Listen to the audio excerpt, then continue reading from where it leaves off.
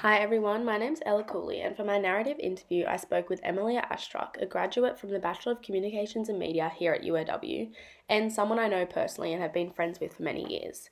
Being close friends, I've followed her career journey from her first job at KFC to now working full-time at Ogilvy, Australia as part of the Goliath graduate program. And I decided to interview her as she has gotten the same degree as I'm about to graduate from and has done so much in the professional field for someone who is only 21.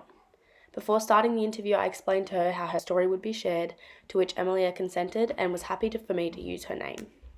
Emilia's career story begins at 14 when she started working casually at KFC, a workplace that's deeply tied to her family, as her parents even met there when they were younger.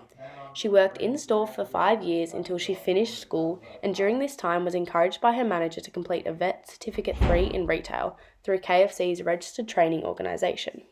From doing this course, she was recognised by the New South Wales Training Awards and ended up with the role of Educational Pathways Program Ambassador, where she would tour schools and talk about vet pathways and her own experience at KFC. In that position, she quickly realised she needed a social media presence to expand her audience and started sharing her journey publicly about being an ambassador for vet and KFC, which she said sparked an interest in media.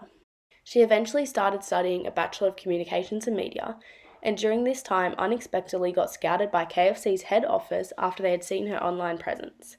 This led to a role as an internal marketing officer, where she managed KFC's internal communication platform for over 65,000 team members across Australia. After 2 years in the role, it was time to move on, and she had a desire to work for an advertising agency.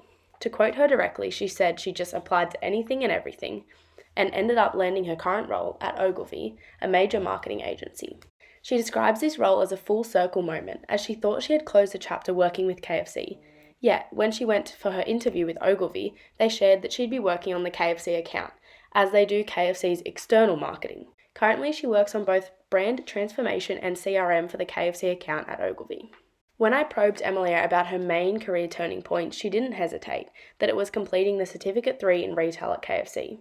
She said, "If I hadn't done that, I wouldn't have gotten the role at KFC head office and I wouldn't be where I am now." It's interesting because that credential might seem small in comparison to her degree and other achievements, as it was just a training course offered by her casual employer, but for her, it completely redirected her path. Through that experience, she developed confidence, built an online portfolio, and found a passion for creativity and communication. To quote her directly, she said that the small qualification has given her crazy network opportunities, as she is now involved with the Department of Education and regularly speaks on panels related to her journey.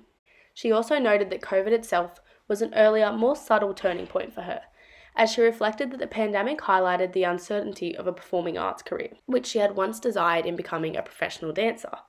The world state of lockdown helped her recognise that she valued structure and adaptable work, and felt that working in both marketing and media could both fulfill her creative desires whilst providing more security than dance.